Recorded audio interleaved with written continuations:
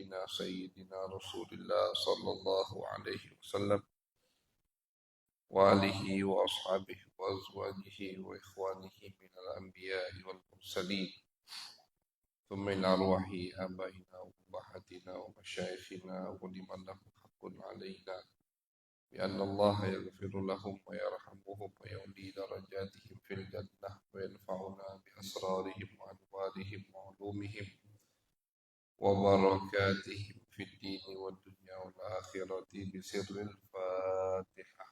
أعوذ بالله من الشيطان الرجيم. بسم الله الرحمن الرحيم. الحمد لله رب العالمين الرحمن الرحيم مالك يوم الدين إياك نعبد وإياك نستعين اهدنا الصراط المستقيم صراط الذين أنعمت عليهم غير المغضوب عليهم ولا الضالين آمين. أعوذ بالله من الشيطان الرجيم. بسم الله الرحمن الرحيم. قال الله تعالى واضرب لهم مثلا أصحاب القرية إذ جاءها المرسلون إذ أرسلنا إليهم اثنين فكذبوهما فعززنا بثالث فقالوا إنا إليكم مرسلون قالوا ما أنتم إلا بشر مثلنا وما أنزل الرحمن من شيء إن أنتم إلا تكذبون قالوا ربنا يعلم إنا إليكم لمرسلون وما علينا إلا البلاغ المبين. Alhamdulillah, puji syukur kehadirat Allah Subhanahu wa taala. Salawat dan salam kita haturkan kepada baginda besar Nabi Agung Nabi Muhammad sallallahu alaihi wasallam. Ma'asyiral hadirin wal hadirat jamaah yang dirahmati oleh Allah. Menyambung kajian tafsir yang mana kita berada di ayat ke-13 dari surat Yasin. Ayat ke-13 Allah Subhanahu wa taala setelah menyebutkan kelompok-kelompok daripada yang Allah tidak inginkan mereka untuk mendapatkan hidayat. Kelompok yang Allah tidak inginkan mereka mendapatkan hidayah. Allah Subhanahu wa taala sebutkan sudah di ayat-ayat sebelumnya bahwasannya kalau Allah sudah menginginkan maka mau dikasih tahu oleh siapapun pendakwahnya tidak akan bermanfaat, pasti mereka tidak akan menerima apa yang diajak karena memang Allah tidak menginginkan mereka untuk mendapatkan hidayah. Di ayat ke-13 Allah Subhanahu wa taala akan menyebutkan contoh daripada kelompok-kelompok tersebut. Seperti yang kita ketahui bahwasannya Al-Quranul Karim termasuk daripada isi atau kandungan Al-Quranul Karim, yaitu adalah contoh-contoh dari umat sebelum kita. Termasuk isi dari Al-Quran Al-Karim. Allah banyak di dalam Al-Quran menyebutkan contoh-contoh orang yang beriman atau contoh orang yang tidak beriman.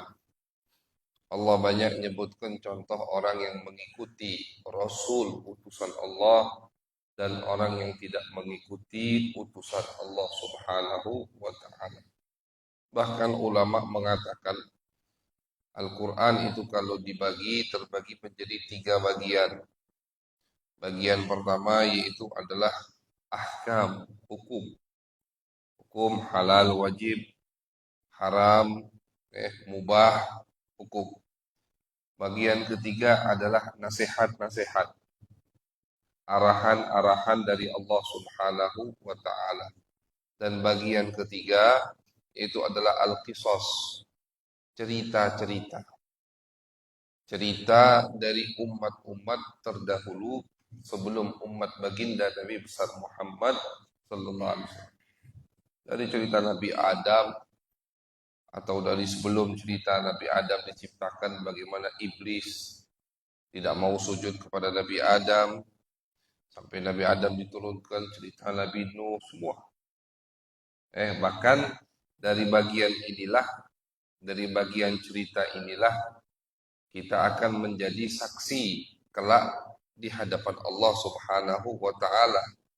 Saksi untuk siapa? Untuk utusan-utusan Allah.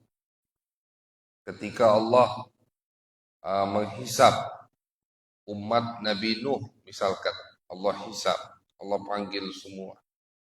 Kenapa kalian tidak iman kepada Nuh? Padahal aku sudah utus Nuh kepada kalian untuk menjelaskan mana yang benar, mana yang salah. Mereka akan berbohong di hadapan Allah. Kata mereka, ya Allah, Nuh tidak menyampaikan ajaran. Nuh tidak pernah ngajak kami, ya Allah. Jadi mereka itu orang-orang kafir, Allah berikan kesempatan atau Allah izinkan kelak di padang mahsyar ada waktu-waktu mereka bisa berbohong. Bisa berbohong.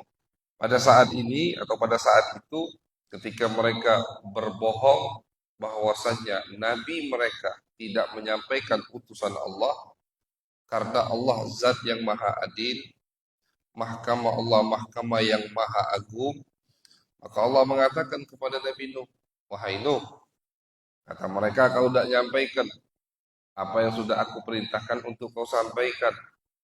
Mana saksimu? Datangkan saksi bahwasanya kau sudah menyampaikan apa yang aku perintahkan untuk disampaikan. Nabi Nuh menjawab, ya Allah, saksiku ummatu Muhammad. Umatnya Nabi Muhammad. Umat Nabi Muhammad jadi saksi untuk menguatkan atau menjadikan dijadikan bukti bahwasanya Nabi Nuh alaihi salam telah menyampaikan dakwahnya kepada kaum. Dipanggillah umat Nabi Muhammad SAW. Ditanya sama Allah, kalian bersaksi bahwasanya Nuh telah menyampaikan, iya ya Allah, kami bersaksi. Dari mana kalian bisa bersaksi? Kalian tidak sezaman dengan Nuh. Dijawab sama umat Nabi Muhammad, kami dapatkan cerita tentang Nuh di dalam Al-Quran ya Allah. Bahwasanya Nuh sudah menyampaikan apa yang kau perintahkan untuk disampaikan, tapi kaumnya tidak mau beriman. Kami dapatkan itu di Al-Quran ya Allah. Dan Al-Quran tidak mungkin bohong, tidak mungkin salah. Diterimalah saksi kita oleh Allah Subhanahu wa Ta'ala. Ini termasuk kelebihan umat Nabi besar Muhammad Sallallahu Alaihi Wasallam akan menjadi saksi di hadapan Allah. Dari mana saksi kita bisa menjadi saksi? Dari bagian ketiga dari Al-Quranul Karim. Cerita-cerita yang ada di dalam Al-Quran. Al-Quran sepertiganya cerita. Dan cerita itu bukan hanya sekedar seperti dongeng atau cerita yang tidak ada manfaatnya. Allah sebutkan di dalam Al-Quranul Karim bahwasanya dengan cerita kami akan nusabbitu bihi fuadak, kami akan memantapkan hatimu wahai Muhammad. Kalau Nabi saja dimantapkan hatinya dengan cerita, apalagi kita umat Nabi Muhammad sallallahu alaihi wasallam. Jadi terkadang bahkan sangat dibutuhkan kita itu mendengar biografi orang-orang soleh, cerita orang-orang soleh. Kalau cuman yang kita dengar misalkan nasihat, tapi tidak ada bukti atau cerita nyata, kadang kurang termotivasi untuk mengikuti nasihat tersebut. Tapi ketika kita mendengar ada orang soleh mengamalkan ibadah begini, ada orang soleh meninggalkan maksiat begini, itu kadang lebih termotivasi untuk mengikuti mereka. Yaitu cerita fungsi daripada cerita. Bahkan disebutkan dalam sebuah riwayat Nabi bersabda, cerita itu jundun min junudillah, termasuk pasukan dari pasukan Allah Subhanahu wa taala, cerita orang-orang soleh, cerita orang-orang baik, cerita orang-orang yang dekat dengan Allah Subhanahu wa taala. Jadi di Al-Qur'anul Karim sepertiganya adalah isinya adalah cerita daripada umat-umat terdahulu Dan ini bentuk rahmat Allah kepada umat Nabi Muhammad sallallahu alaihi wasallam. Allah sering sebutkan cerita setiap Allah nasihati atau ada larangan Allah sebutkan. Kadang cerita tentang umat yang tidak mau mendengarkan larangan tersebut. Di ayat 13 dari surat Yasin, Allah Subhanahu wa taala menceritakan, Allah mengatakan kepada Nabi Muhammad sallallahu alaihi wasallam, "Wadrib lahum mathalan ashabal qaryah." Sebutkan kepada mereka wahai Muhammad, sebutkan, sampaikan kepada mereka wahai Muhammad satu contoh daripada ashabal qaryah, penduduk kota. Al-qaryah di sini maksudnya kota. Ya, arti al-qaryah sering digunakan kalimat al-qaryah untuk kata atau untuk artian desa. Qaryah itu desa. Tapi terkadang al-qaryah juga diartikan dengan artian kota. Qaryah.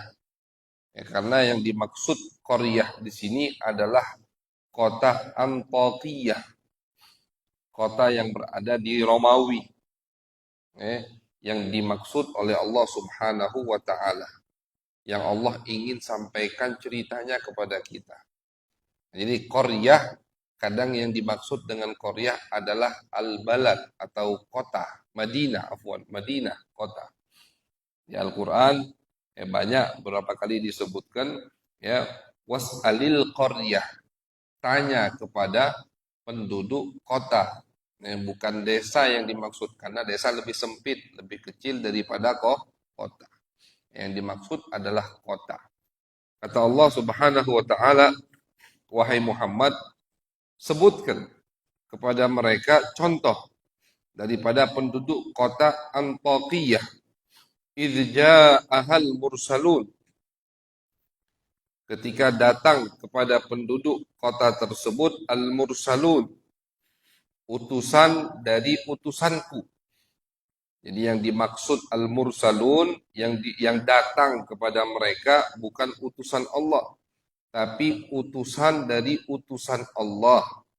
Siapa utusan Allah yang dimaksud? Adalah Nabi Isa alaihi salam. Jadi ini cerita Allah menceritakan daripada hawari, murid atau sahabat Nabi Isa. Allah menceritakan dakwahnya murid Nabi Isa alaihi salam. Yang Nabi Isa kirim untuk mengajak masuk ke dalam agama Nabi Isa. Kirim kemana? Kirim ke kota Antakiyah. Sebutkan, ceritakan kepada mereka wahai Muhammad, bagaimana ketika datang kepada penduduk kota Antakiyah al-mursalun, utusan Nabi Isa alaihi salam datang kepada mereka. Idz arsalna ilaihim itsnaini fakadzabuhuma. Kata Allah, ketika kami atau Nabi Isa mengirim kepada atau ke kota Antakiyah tersebut dua utusan. Jadi dua orang yang pertama kali dikirim oleh Nabi Isa. Dua murid Nabi Isa alaihi salam. Dikirim oleh Nabi Isa alaihi salam. Yang pertama namanya Shadiq, yang kedua namanya Masduq. Jadi Shadiq dan Masduq, nama dua murid ini. Nama dua murid Nabi Isa, Shadiq dan Masduq. Nabi Isa kirim ke kota Antakiyah untuk mengajak penduduk di kota tersebut menyembah Allah Subhanahu wa taala. Jadi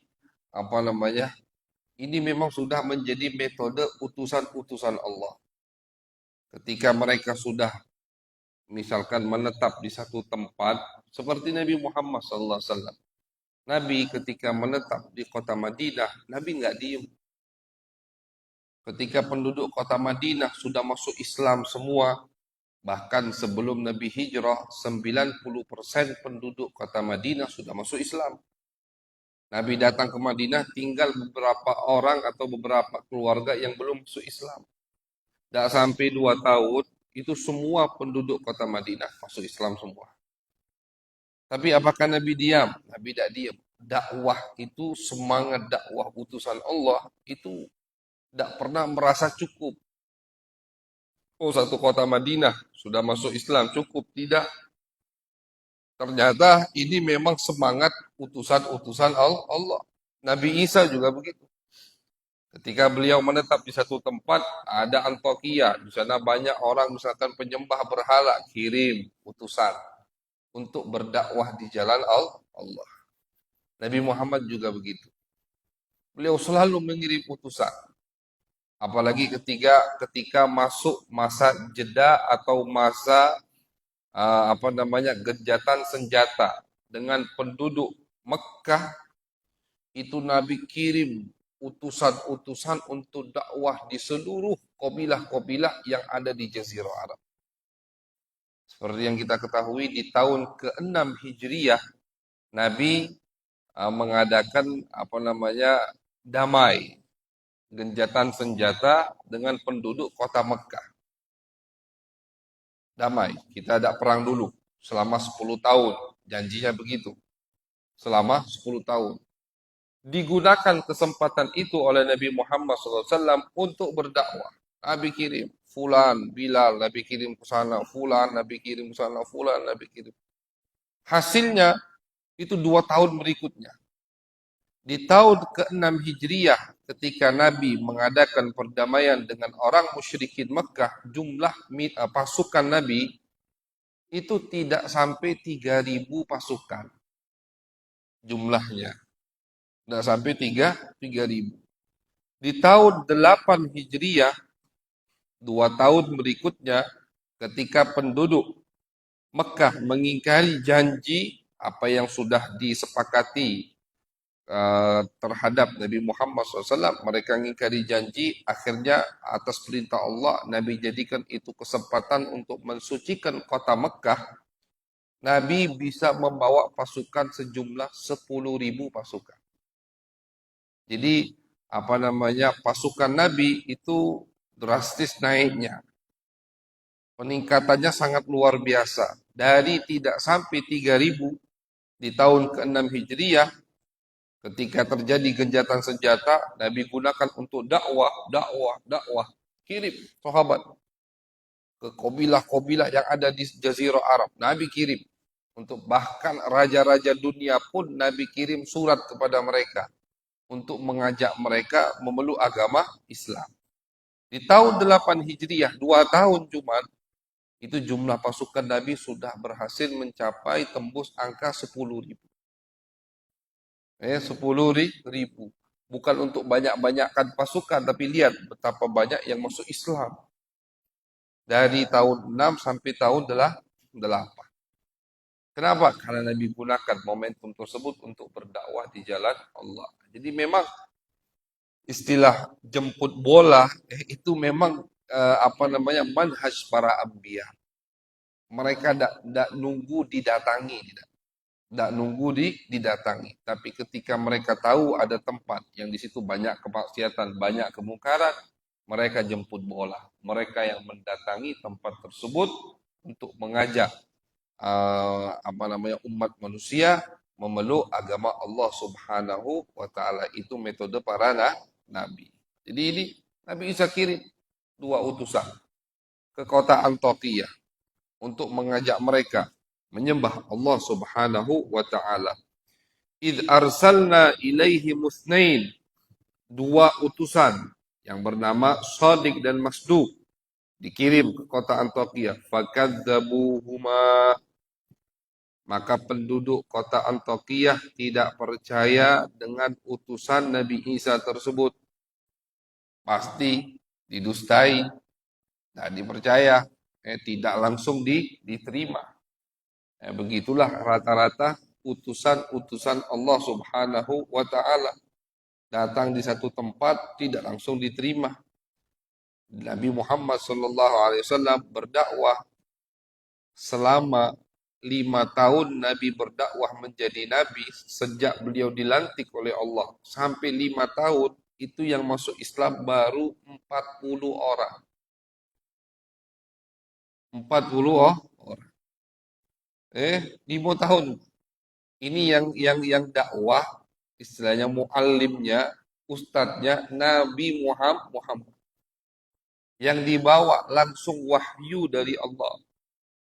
Selama 5 tahun, cuma 40 orang yang masuk Islam. Atau baru 40 orang yang masuk Islam. Dari mana kita tahu baru 40 orang? Kesaksian Sayyidina Umar. Sayyidina Umar itu masuk tahun kelima setelah Nabi Muhammad diutus oleh Allah. Kata Sayyidina Umar, ketika aku masuk Islam, aku penyempurna jumlah sahabat jadi 40. 40. Selama 5 tahun. Jadi memang begitu. Oleh karena itu, dan itu memang apa? Memang takdir jalan cerita utusan Allah. Ketika berdakwah pasti didustai dulu. Oleh karena itu ketika Nabi Muhammad SAW mengirim surat di masa genjatan senjata tadi dengan orang Mekah, Nabi kirim surat ke Raja Romawi, Kaisar. Nabi kirim surat untuk dakwah, ngajak dia masuk Islam. Termasuk salah satu pertanyaan Kaisar untuk memastikan ini adalah betul Nabi akhir zaman. Apa apa pertanyaannya? Dia tanya kepada utusan Nabi Muhammad. Ketika Muhammad, Nabi kalian, berdakwah di kaumnya, itu dipercayai atau didustai? Langsung diterima atau ditolak, dibantah, dicaci, dimaki, diganggu? Oh ditolak, kata sahabat. Ditolak, dicaci, dimaki Nabi, didustai Nabi, dikatakan Nabi pembohong, penyihir, macam-macam. Kata dia, begitulah para utusan Allah. Jadi termasuk tanda Nabi betul utusan Allah, kata Raja Kaisar, dakwahnya pertama kali bagaimana? Diterima atau ditolak? Ditolak. Nah, begitulah utusan Allah. Ketika pertama kali berdakwah, pasti ditolak. Pasti ditolak. Mental. Tidak dipercayai. 5 tahun cuma 40 orang yang masuk Islam. Begitulah yang terjadi pada dua utusan ini. Dua utusan Nabi Isa alaihi salam ketika datang sampai ke penduduk kota Antakiyah dan menyampaikan perintah atau wahyu yang dibawa oleh Nabi Isa alaihi salam, fakadzabuhuma, mereka didustai dan diterima, ditolak mentah-mentah. Fa'azzazna bithalithin, akhirnya kata Allah Subhanahu wa taala, setelah 2 orang tidak cukup untuk mengajak, membuat penduduk kota Antakya percaya, kami tambahi, kami kirim lagi orang ketiga. Jadi 3 orang atau 3 utusan Hawari Nabi Isa alaihissalam yang diutus oleh Nabi Isa untuk berdakwah di kota Antakya. Fa'azzazna bithalith. 2 orang tak cukup, kata Allah, kami tambahkan orang ketiga. Faqalu inna ilaikum mursalun.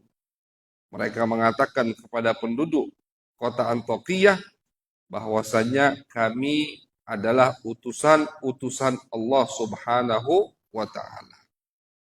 Kami utusan dari utusan Allah, yaitu Nabi Isa alaihi salam.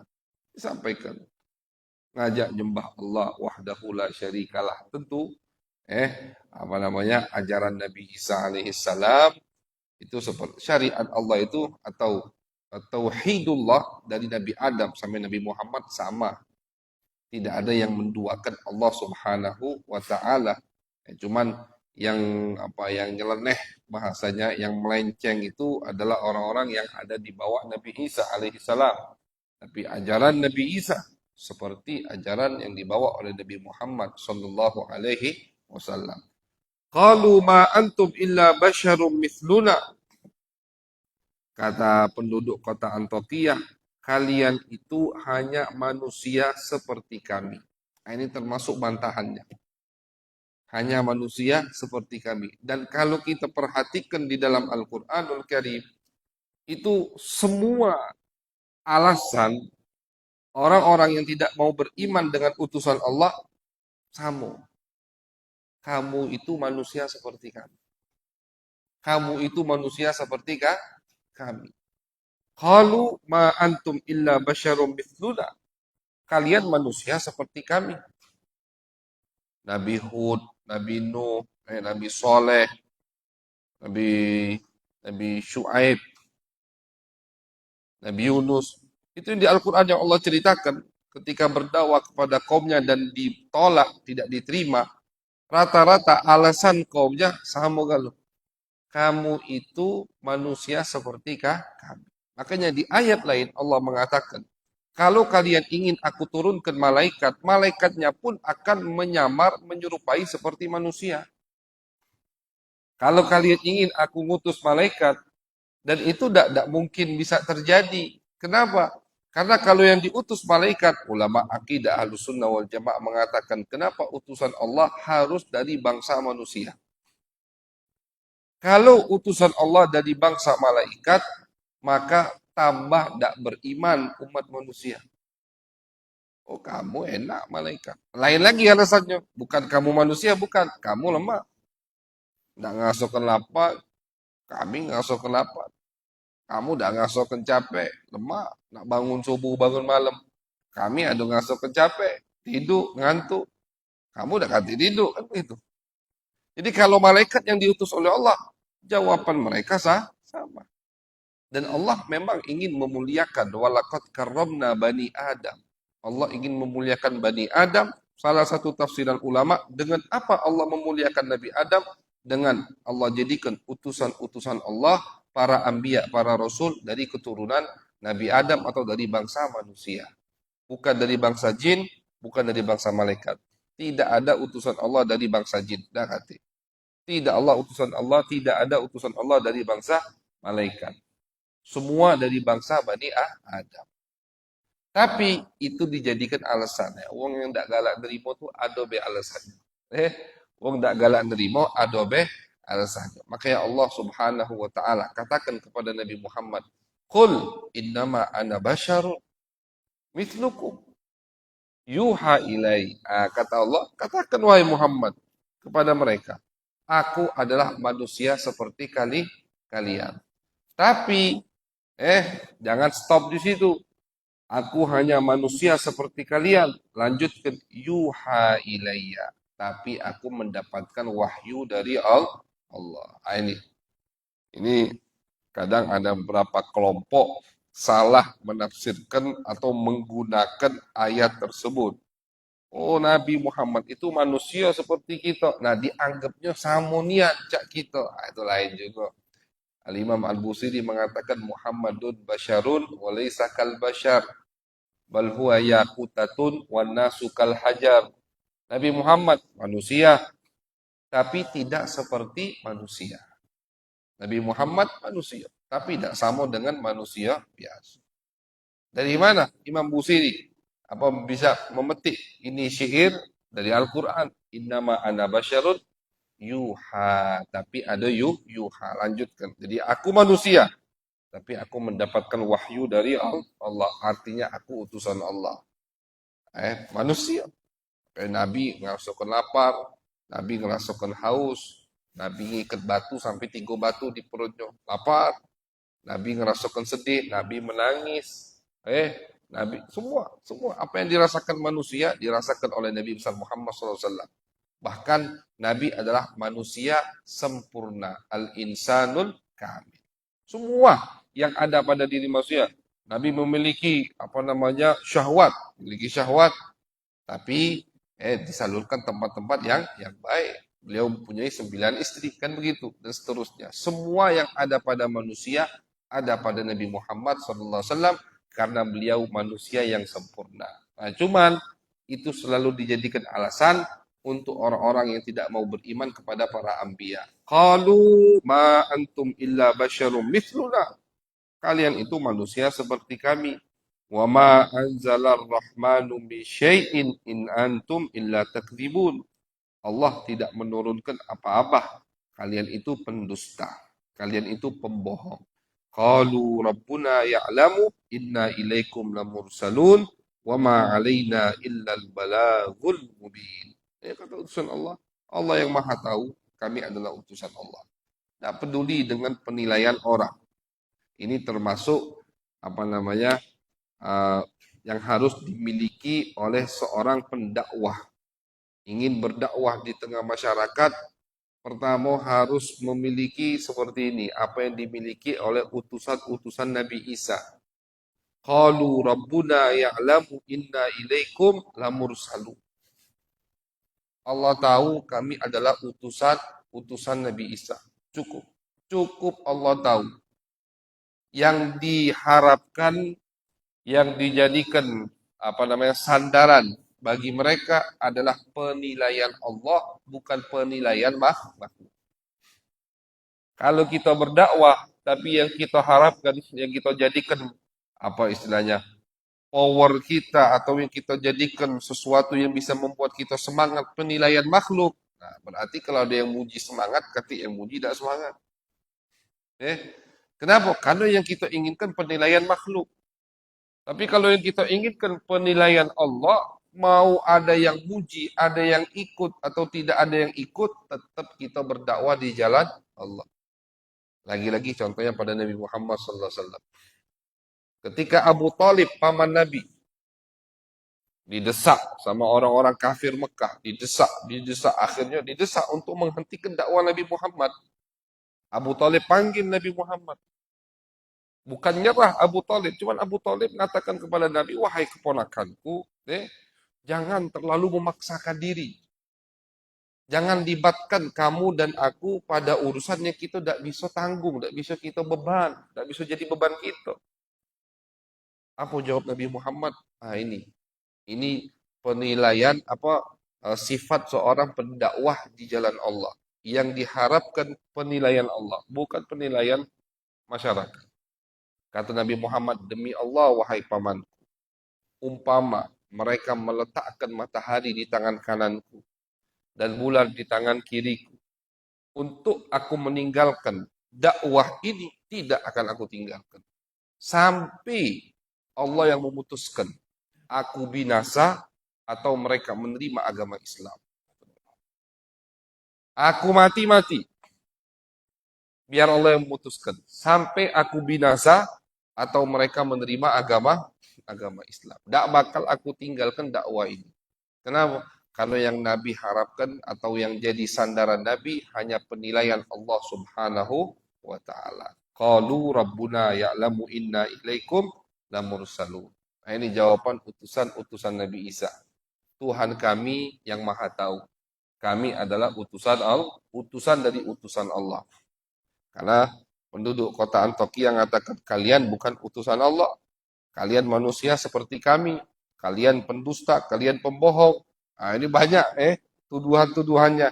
Dijawab. Yang penting Allah tahu kami adalah utusan Allah. Itu sifat sejati untuk pendakwah di jalan Allah Subhanahu wa taala. Mudah-mudahan kita bisa mengikuti jejak mereka, jejak orang-orang soleh yang Allah sebutkan, yang Allah ceritakan di dalam Al-Quran, dan bisa mengikuti jejak baginda Nabi besar Muhammad Sallallahu Alaihi Wasallam dalam berdakwah di jalan Allah Subhanahu wa taala fi khairin wa lutfin wa afiyah. Amin amin ya rabbal alamin. Allahumma aghdina bil ilm wa zayyinna bil hilm wa akrimna bit taqwa wa jammilna bil afiyah. ربنا تقبل منا إنك أنت السميع العليم وتب علينا إنك أنت التواب الرحيم وصلى الله على سيدنا محمد وعلى آله وصحبه وبارك وسلم والحمد لله رب العالمين. Ya Turi, ada tanya apa?